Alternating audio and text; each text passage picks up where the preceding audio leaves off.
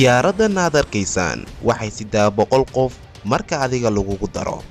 qof walbaaba wuxuu qori u daydayanayaa in uu adiga ku dilo amaba uu naftiisa daafaco. waxaad samayn kartaa inaad saaxiibada badbaadisid amaba aad naftaada meesha kala carartid. waxaa la isticmaalayaa tactikooyin dagaal oo aad naftaada ku badbaadin kartid asxaabtaadana ama kuwa kugula jira geemka ee aad saaxiibada tihiin kaga badbaadin kartid cadowga.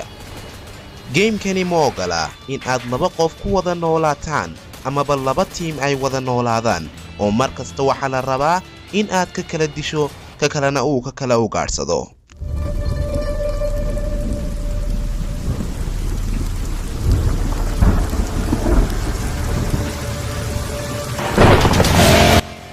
waxaa jira dad professionals ah oo geemka aad u yaqaana doonayna in ay ku cirib tiraan si aad uga baxdid geemka amaba lagaaga badiyo.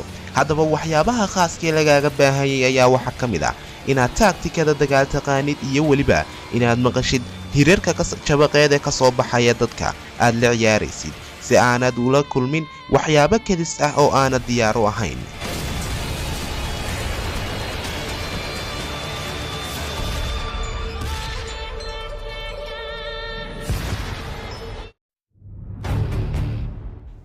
geemkan ayaa markii hore waxa uu khaas u ahaa kombiyuutarada, laakiin waqti dambe 2018 ayaa waxa loo sameeyay sidoo kale moobilada oo waxaad ku ciyaari kartaa moobilkaaga. waa PUBG Mobile.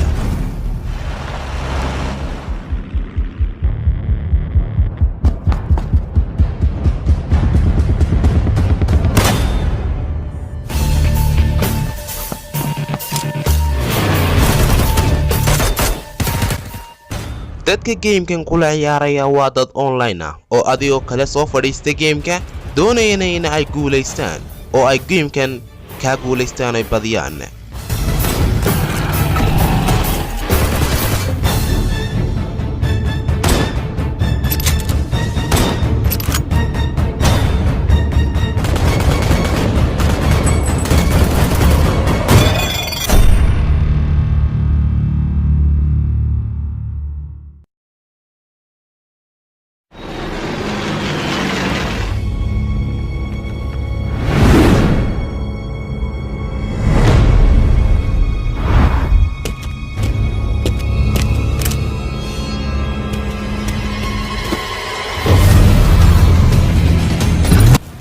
geemkani wuxuu qaatay 2017 geemkii ugu fiicnaa ee kombiyuutarada. sidoo kale 2018 waxa uu qaatay geemkii ugu fiicnaa ee moobilada. haddaad ka heshay geemkan oo aad doonaysay inaad soo download garaysato waan ku tusi doonaa habka loola soo degayo, laakiin fiidiyogan aynu gaarsiino 10 like aad subscribe saar channelka fiidiyogana like saar. waad ku mahadsantahay daawashada fiidiyogan. waa inuu fiidiyowga xigaa.